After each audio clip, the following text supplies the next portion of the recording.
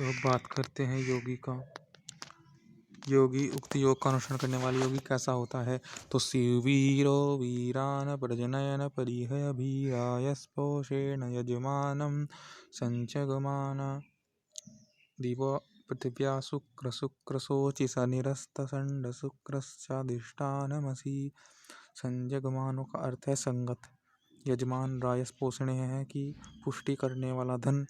तो देखते हैं इसको। हे योगी न सुवीर, तो इसमें यह है कि पहले आप समझ लो कहना क्या चाह रहे हैं, तभी पदार्थ भावार्थ को आप अच्छी तरह हमें हमारे हृदय में बैठेगा वो कि जो ईश्वर की बदौलत, ईश्वर के कारण इस संसार में एक तरह से हर समय दान और लेना देना तरह से दान चल ही रहा है। तो जो विद्वान होते हैं या एक तरह से जो योगी होते हैं वो उन पदार्थों को ग्रहण करते हैं, क्योंकि हर वस्तु कोई ना कोई दे रहा है। एक तरह से कोई ना कोई व्यक्ति दान कर रहा है, दानी है, क्योंकि ईश्वर खुद दानी है तो उनके गुण तो आएंगे ही वस्तुओं में। वस्तु खुद दान करती रहती है, लोग दान करते रहते हैं ईश्वर की प्रेरणा। तो मतलब दान अनेक तरह का हो सकता है, धन इत्यादि का, वस्तुओं का। तो जो ये तो इनसे जो योगी व्यक्ति है, इनसे ग्रहण करके तुरंत जो कार्य करना है पृथ्वी और सूर्य से गुण को सीख लेता है कि इस दान का मैं कैसे उपयोग करूँ, इस वस्तु को कैसे उपयोग करूँ, ये वस्तु खराब होने वाली है या ये वस्तु बहुत ऐसी हो गई है, इसका वस्तु को कैसा अच्छा कर सकूँ, इस वस्तु को मैं और अच्छा क्या कर लूँ, मैं इस वस्तु को कैसे उपयोग करूँ, मैं इस वस्तु को इस जगह क्या कमी है इसकी पूरी कर दूँ मैं, इन लोगों को में क्या कमी है, एक तरह से इस जगह क्या कमी है वस्तु की पूर्णता कर दूँ मैं। तो योगी पूर्णता करता जाता है कि हाँ कि यज्ञ से पूर्ण कर दो, या हमें यज्ञ से जैसे कि योगी करता है कि यज्ञ से पूर्ण करने वाला है कि जो पूर्ण होना चाहिए कि सबके सुख पूर्ण हो, सब सही चले। तो यज्ञ तो ऐसे ऐसे वो तरीके खोजता है कि सब सुख हो, सही से अच्छे मार्ग पर चले। ऐसे ऐसे पृथ्वी आदि से सब खोज सीख लेता है वो योगी।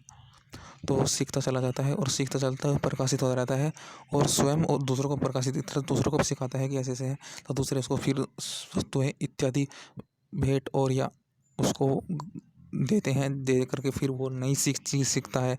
तो ये सब हो किस कारण देखते हैं श्रेष्ठ वीरों के समान योग बल को प्राप्त हुए। भ्रमण करते मतलब भ्रमण करना चाहिए हमको एक तरह से कि हमें हर जगह कुछ ना कुछ मिल रहा है तो भ्रमण करते रहना चाहिए।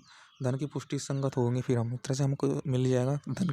धन अनेक प्रकार का है कि हमें ज्ञान मिलेगा कि क्या करना है इस समय, किस चीज़ की कमी को पूर्ण करना है, क्या ज्ञान हमें अर्जित करना है, क्या हम इस चीज़ वस्तु का उपयोग कैसे करना है, तो इस पृथ्वी के गुणों का कैसे उपयोग करना है, कैसे बलवान इत्यादि। तो हम एक तरह से अंधकार से अलग हो जाएंगे, फिर दूसरों को भी अंधकार से अलग ये का हो सम आदि गुणयुक्त सा हो पाओगा। तो यही है कि ये जो हो पाओगा ये सिद्ध हो पाओगा किसके कारण? सम आदि गुणयुक्त। समन मतलब क्या है? सम दम जो ये योग के साधन है ये यही है। तो यही इसलिए है ये कि हम कभी भी परिश्रमी ना रहे, एक तरह से हम समय व्यर्थ ना करें। सम दम क्या है? यही तो है कि इंद्रियों को विषय में ना फंसे, इधर उधर के ना सोचे। चोरी करने का सोच रहे हैं ना, खुद तो खुद सोच रहे हैं कि ऐसे चोरी कर लें, या इंद्रियों को भोग विला की वहाँ से कि हाँ इंद्रियों से ऐसे ऐसे, या अहिंसा, चोरी कर, झूठ। तो ये जो हमको गलत कार्य है इनसे निवृत्त करने के लिए ही तो समाधि गुण युक्त है कि आप तुरंत इनमें ना फंसो कि आप जिस वस्तु का जो करना है उसका ऐसा उपयोग करो। क्योंकि जो समाधि में फंसा हुआ था है वो वस्तु को देख नहीं पाता कि इस वस्तु को क्या उपयोग लोग भला हो रहा है। वो अपना भी भला कर पाता ना लोगों का भला कर सकता हो। उसे पता ही नहीं कि लोगों का भला कैसे हो सके। उसे पता ही नहीं कि लोगों का भले से ही मेरा भला हो रहा है, कि लोगों का भला होगा तो मेरा भला जुट रहा है, कि उस समय ज़्यादा मेरा भला हो जाएगा। तो उस व्यक्ति को पता ही नहीं कि मेरा भला कैसे होगा ना, उसे ऐसा पता कि लोगों का भला कैसे है, क्योंकि उसने अपना भला कर लिया तो लोगों का ना भला करा।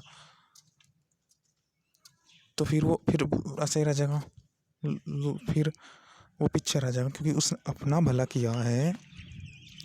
अपना भला करने वाला व्यक्ति कहाँ तक टिकेगा, कहाँ तक भला कर लेगा वो? क्योंकि जब और उसके साथ के बंदे नहीं आगे बढ़ रहे तो वो कैसे आगे बढ़ जाएगा? फिर उसके साथ के बंदे कुछ अलग कर रहे हैं कार्य, वो अकेला क्या कर लेगा? अकेला होता जाएगा। जो खुद मान लेता है वो अकेला होता रहता है, क्योंकि दूसरे व्यक्ति तो मजे ले नहीं रहे हैं, दूसरे व्यक्ति तो सुख ले नहीं रहे हैं, वो तो एक तरह से अपने कार्य कर रहे हैं।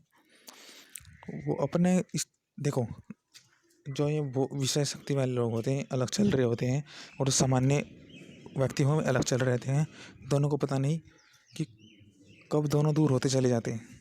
सामान्य व्यक्ति या भोगी व्यक्ति या विषय आसक्ति व्यक्ति अलग अलग होते चलते हैं। दोनों अलग अलग है दोनों का। हम चाहे कुछ कर लें, दोनों मार्ग अलग है।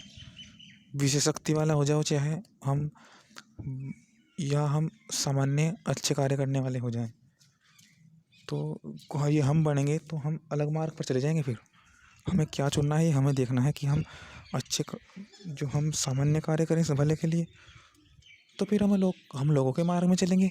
वरना हम सबसे अलग होते हैं, धीरे धीरे बहुत अलग होते हैं। धीरे धीरे संपर्क कटता जाएगा, धीरे धीरे सबसे धीरे धीरे मार पता नहीं कैसे क्षेत्र में आ जाएंगे हम, कैसी परिस्थिति में आ जाएंगे, किसी को क्या पता।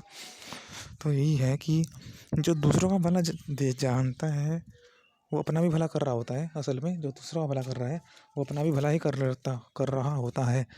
ये थोड़ा सिद्धांत है कि जो दूसरों का भला और जो नहीं कर पा रहा है वो तो फिर अपना भी दुखी दुखी को तरह से जीवन में अपनाते जा रहा है।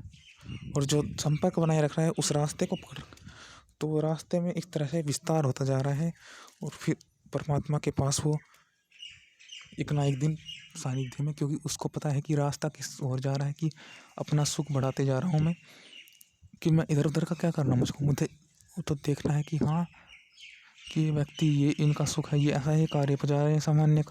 सामान्य सरल स्वभाव के रहो, सत्य स्वभाव के रहो कि हाँ ये जैसी है तो ऐसी है, ऐसी वस्तु है तो इसका ऐसा उपयोग करना ही है, क्योंकि ये वस्तु ऐसी है, संसार में सत्य ही है कि ऐसी है तो है, तो ऐसे है जो ऐसे उसका ऐसे उपयोग। तो ईश्वर भी तो ऐसे, तो फिर हम सत्य ही सत्य में रहेंगे, सत्य ही से ही मृत्युंजय।